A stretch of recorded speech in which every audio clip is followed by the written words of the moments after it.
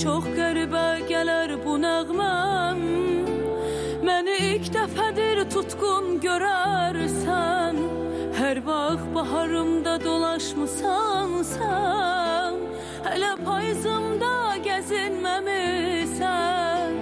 Sən elə bilərsən çizginə qara. Ən uca zirvələr bürünər ancaq.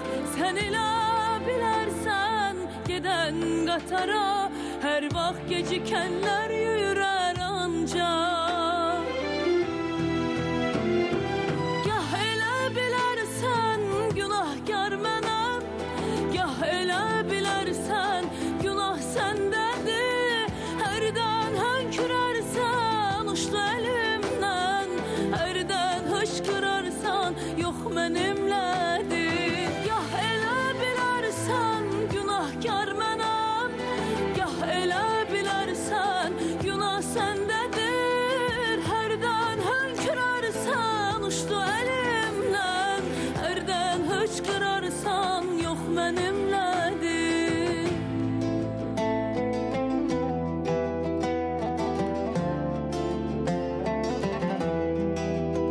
Bağrın oda düşər hicran əlindən. Dənə bər yanar nar kimi.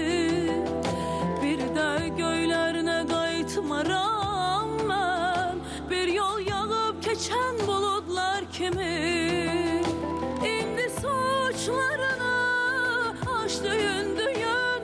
Mən ki şimşək olub zülməti yardım. Sənin pəncərənə yağan qarlı gün. Mən idim qar olub sənə yağırdı. Gah elə bilərsən günahkar mənəm. Gah elə bilərsən günah səndədir. Hərdən hönkürərsən uçdu əlimdən. Hərdən hışqırarsan yox mənimlədir. Gah elə bilərsən günahkar mənəm. Gah elə bilərsən günah səndədir. Hərdən hönkürərsən uçdu əlimdən. Hərdən hışqırarsan yox mənimlədir. Gah elə bilərsən. Gah elə bilərsən. Hərdən hönkürərsən uçdu əlimdən. Hərdən hışqırarsan